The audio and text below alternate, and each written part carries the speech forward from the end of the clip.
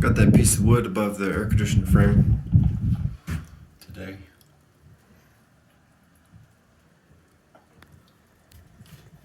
Just needed 2 screws. Then I painted it right here.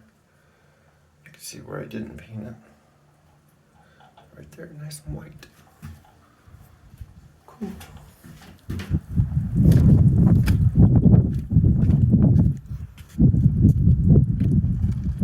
And I got the screws in on the plywood.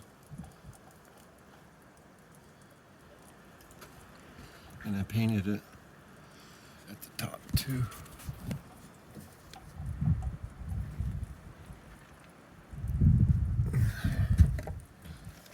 And I started making the door pieces. I cut these 3 based on the measurements of the door. And I cut the plywood to fit it, and these to go 4 of them, 1, 2, 3, 4, to help shore it up. And these will be a little bit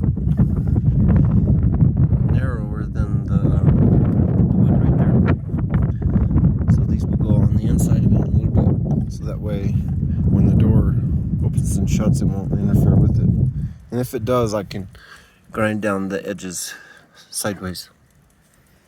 So have a good one.